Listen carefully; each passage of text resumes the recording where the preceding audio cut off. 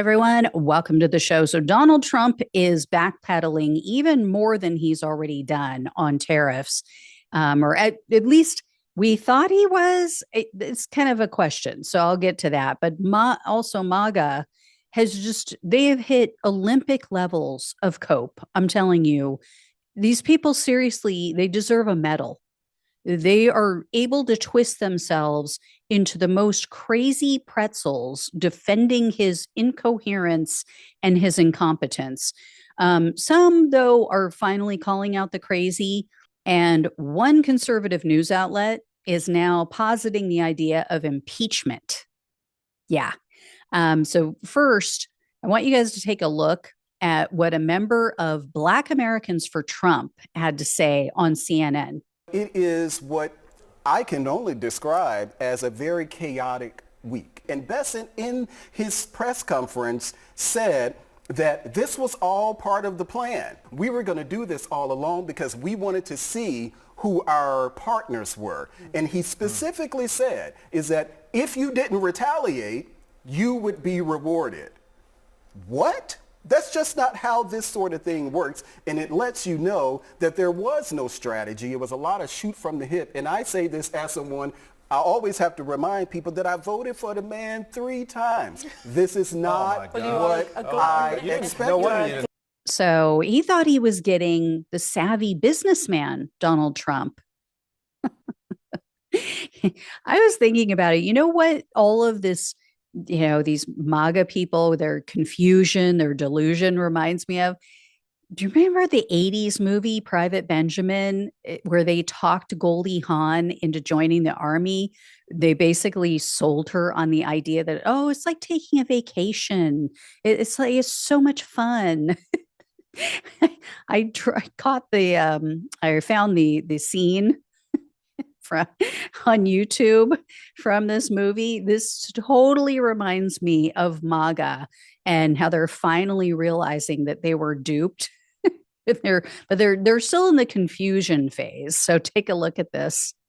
I think they sent me to the wrong place. Uh-huh. See, I did join the army, but I joined a different army. I joined the one with the condos and the private rooms. So that's what Trump voters are saying now. They're like, I think you sent us the wrong Trump. I did vote for Trump, but I voted for the Trump who's intelligent and a smart businessman. Yeah, I hate to tell you, MAGA, but that does not exist any more than the army with the condos and the private rooms. Anyway, here's the latest on the tariffs. And then I'm going to get into some polling data and the public's reaction to this chaos. So, as you guys all know, Trump's cabinet members, they have been making the rounds online, on news shows. They've been making a lot of statements about these tariffs. And then, like hours later, they're proven to be liars by Donald Trump because he completely contradicts them and backtracks and moonwalks away from stuff. Well, it happened again. Howard Lutnick has been making the rounds, been on a bunch of news shows. He's been saying, oh, yeah, brilliant Trump's tariffs are. We're going to start making iPhones here in the US because of Trump's stroke of genius, stroke being the operative word. Well, on Friday, Trump announced, I'm going to give more tariff exemptions. And so this is going to include smartphones and computer monitors and the machines that are used to make semiconductors, various other electronics. So the stock market rebounded. Everybody was like, oh, this is great news. We can start making, or importing the iPhones without these tariffs, blah, blah, blah. Well, no, now Trump is saying, no, there's no exemption. There's no, we don't have an exemption. And then to make matters even more confusing, Lutnick went out again and he was like, oh, well, we are going to have tariffs, but they're not going to kick in for a while on that stuff. So, there is a reprieve, but it's only temporary, blah, blah, blah. So we don't even know. We don't even know. That's how confusing all of this is. And then the White House, when they said that there were going to be this suspension of the tariffs for these electronics, they were saying, well, but we're still going to hit those products with the 20% tariff because we still have the opioid crisis and the opioids coming in from China. I mean, this just is such utter chaos. And beyond showing that there's no rhyme or reason and that there's no logic to what Trump is doing, it also shows there really are not any countries, or very, very few, I would say, that are actually reaching out and kissing Trump's ass like he claimed last week. He is all but begging China to work with him. He was like, "Oh, I would be willing to talk to China if they want to talk." I mean, how desperate, you know? They know they don't have to. The problem for Trump is he has shown that he doesn't know what he's doing.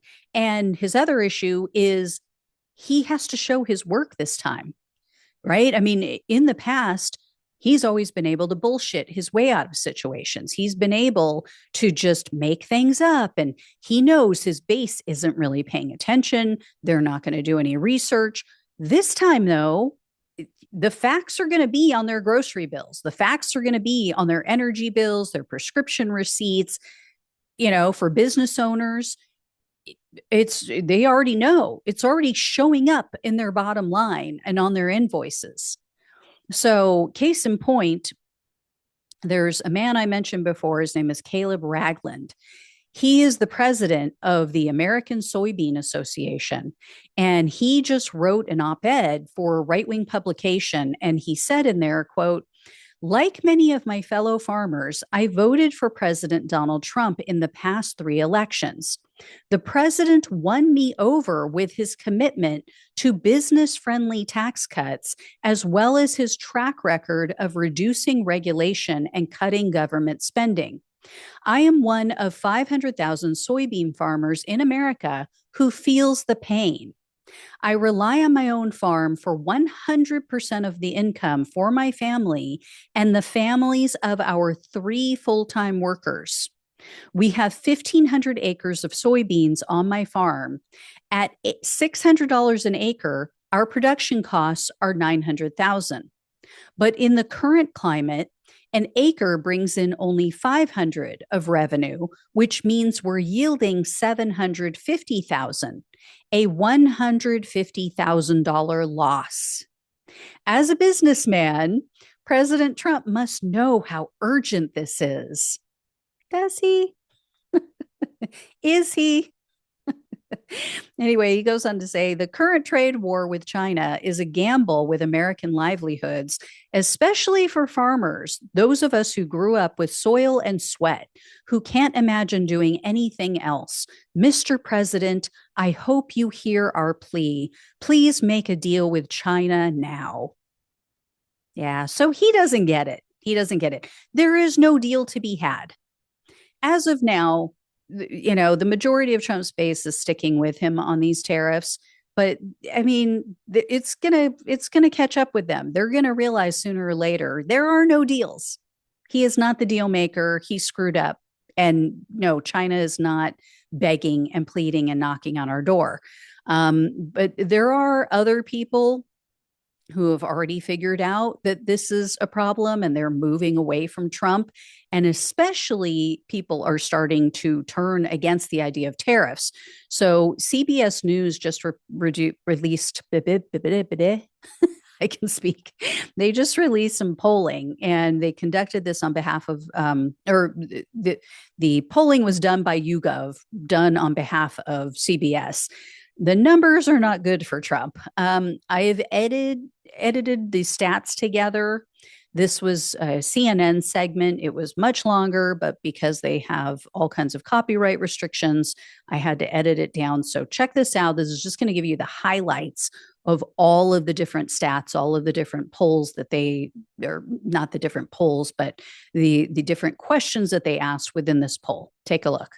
think the economy is getting worse. Back in November, it was 42% of Americans. By February, it was 49%. March, 51%. Look at where we are now, 53%. The clear majority of Americans think the economy is getting worse. 54% of Americans say that Donald Trump is more to blame for the state of the economy. 58% of Americans oppose these new tariffs compared to just 42% who favor him. Donald Trump's net approval rating. Look at where we are now, -6 points. He's underwater for the first time in the CBS News YouGov poll. So, people are figuring it out slowly but surely. They're realizing, and don't call me Shirley, they're realizing that this is an issue. No, it's not helping us. These tariffs are not helping us. And the very conservative Wall Street Journal, which is owned by the Murdoch family, Fox News, they are now saying, maybe an impeachment, maybe it would be good for the country. Maybe if Trump gets impeached, it might be a good thing. In an opinion piece that was published on Friday, the author wrote, quote, "A future Trump impeachment seemed all but guaranteed by last Wednesday morning. It seems only slightly less likely now. It may even be desirable to restore America's standing with creditors and trade partners." Yeah, maybe it would help to bolster the United States and our how the world sees us. So, yeah, I mean, pretty damning, especially coming from that publication.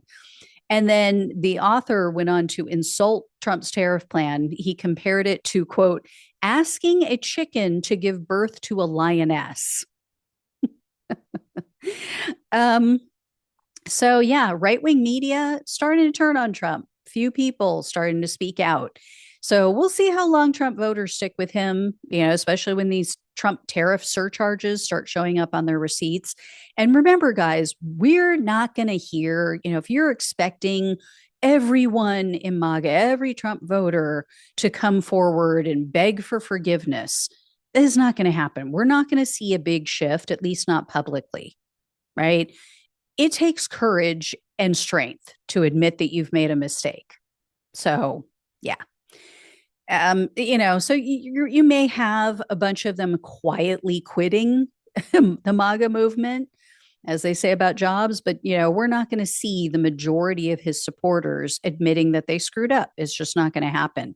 The fact, though, that public figures are now speaking out, and we're so early into his presidency. I mean, we forget. It feels like an eternity, but it hasn't even been 3 months. So, it definitely helps for these people to speak out. It creates a permission structure. It allows others to, even if they don't say it, to at least start to think negatively about Trump. May change their behavior in the midterm. So we'll see. Anyway, thank you all so much for watching and listening. Please like, please share, and subscribe to the channel if you have not. Please donate if you can. Love you all. Take care. Talk with you soon.